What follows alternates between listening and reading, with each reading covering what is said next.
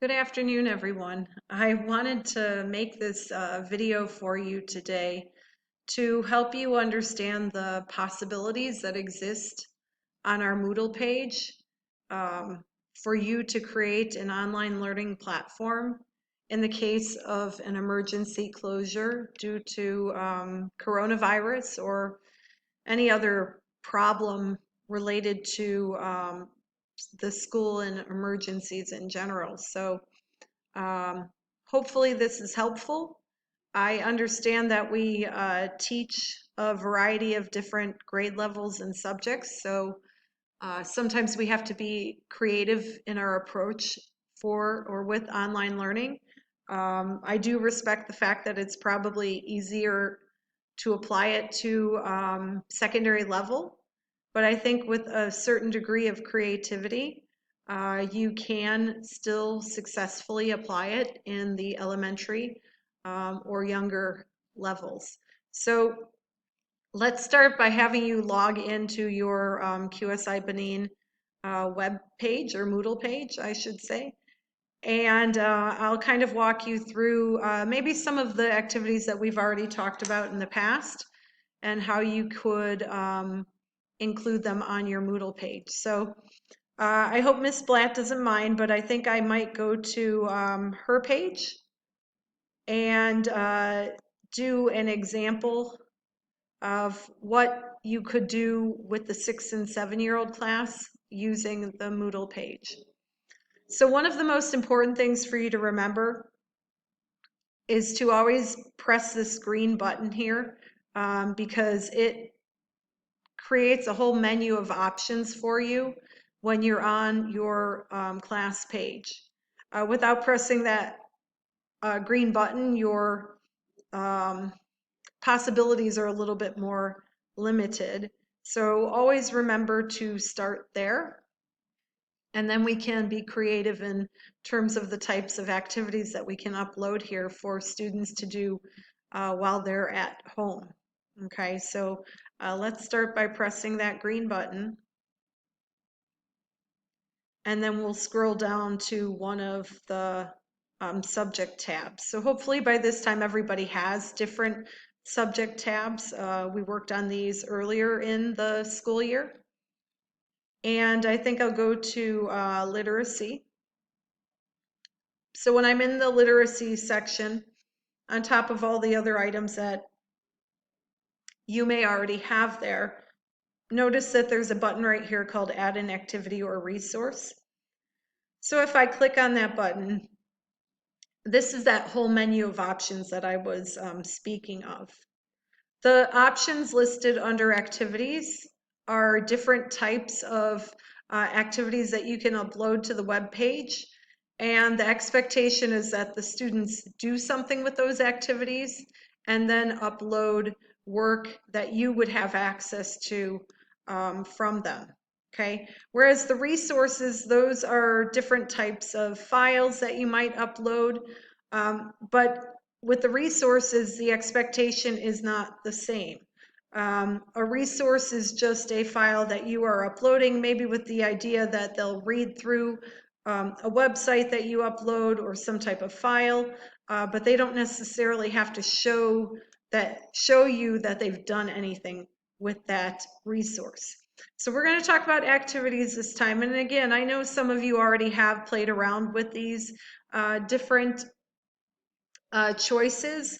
I'll kind of talk you through a few of my favorites that I use often. And another thing that I have to note, you'll notice too that some of the activity choices are not even accessible to you because they have not been programmed in our Moodle page. So we are a bit limited in terms of what we can do, but there is still a lot of options out there for us. Probably one of the easiest ones is the first one, the hand holding the piece of paper. So if I were to click on that tab for assignment, you could read through here to find out what is meant by an assignment. But I'm going to scroll down.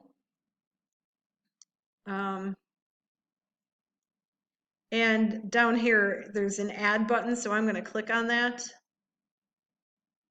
and then you'll see a new page appear.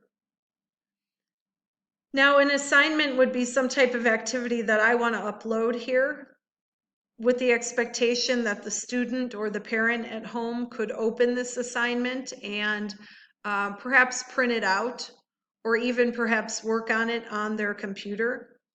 So I need to come up with an assignment name. So let's say I had the students read, I just happen to have this up here. Let's say I found an online book. Maybe it's above level for 6 and 7-year-olds, I don't know. But I remember the Frog and Toad series from when I was younger. And let's say I had them read Frog and Toad Are Friends. Maybe one of the assignments that I would want to do with them reading that book, or maybe them reading the book, is an assignment in and of itself. I can come up with a title for the assignment. So Frog, oops, I can't spell, Frog and Toad Are Friends. Okay. So that's my assignment name. And I always make a habit of copy pasting that name and putting it in this field here. If I click this button right here, it opens a whole menu of options. If I pull down this button right here, it makes the page bigger. Okay, so maybe I want that centered, and maybe I want to highlight it or make it bold. Essentially, that's how I do this. Okay, so I want to explain the activity or the assignment to the students. So today, I would like you to read Frog and Toad, oops, again, can't spell, Are Friends.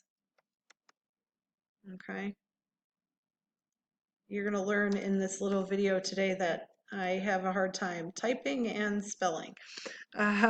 So I'm going to make that like that, and I don't want it bold, so I'm going to change that.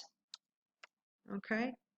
And then maybe I want to tell them, if they don't have the book at home, you can find the story here. Okay.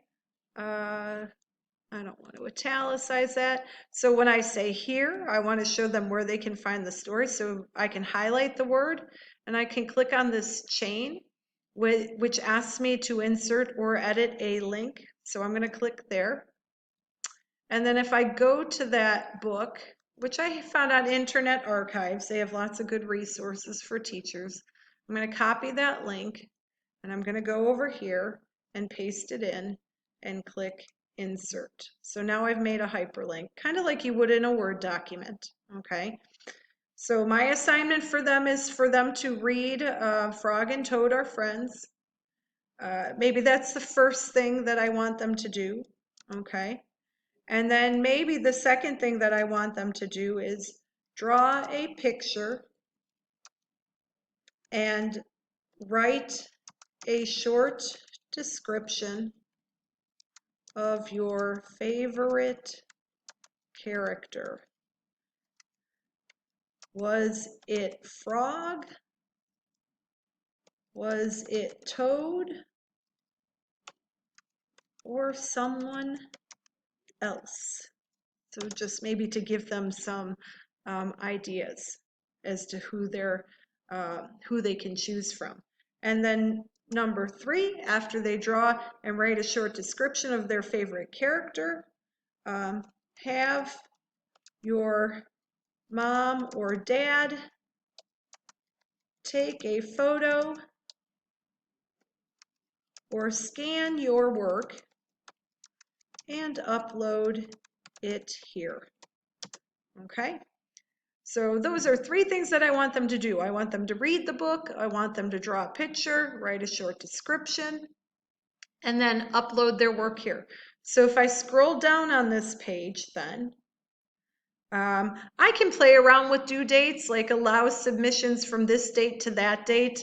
Generally speaking, I disable these, but it's important. I have to enable file submission. See where that check mark is there? I have to have the check mark there. Otherwise, the students can't upload an activity. Okay. And maximum number of files to upload. Well, you asked them to draw a picture and write a description. So maybe I want to change that 1 to a 2. Okay. And for grade, I can click on this. And depending on how I want to grade them, I might change this to scale. And I can pick assignment scale or rubric. We'll leave it on assignment scale. And for grade category, well, as your grade book gets more complicated, you can change this unit to unit, but right now, probably all of you have it listed as uncategorized, which is fine. And then after I've created that assignment, I'm going to save and return. Now you can see it's right here, and remember I can move it to anywhere in this section that I want by using this little device thing over here. So I can move it. I gotta wait till it's done being moved there. And then once I have the file there, I can click on it and I can kind of show you what it looks like from their perspective. So there's an activity that I created. And then the parents would have the option to upload a submission. And whenever items are uploaded to your page, you would get an email showing you that an item was uploaded.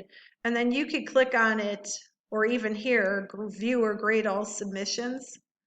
So you could see who uploaded an activity from the list of students in your in that course or in that class. And looking at Miss Blatz, I'm going to have to change that because it looked like there was only one person listed there. So, and I'm going to move that back there. Okay.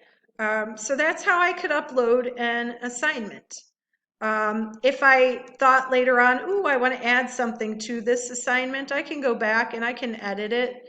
Like maybe, I don't know, I'm just kind of guessing here. Maybe if I went on YouTube, I might find Frog and Toad are friends. Sometimes with higher level literature, there's like like analysis videos. There's great crash course videos.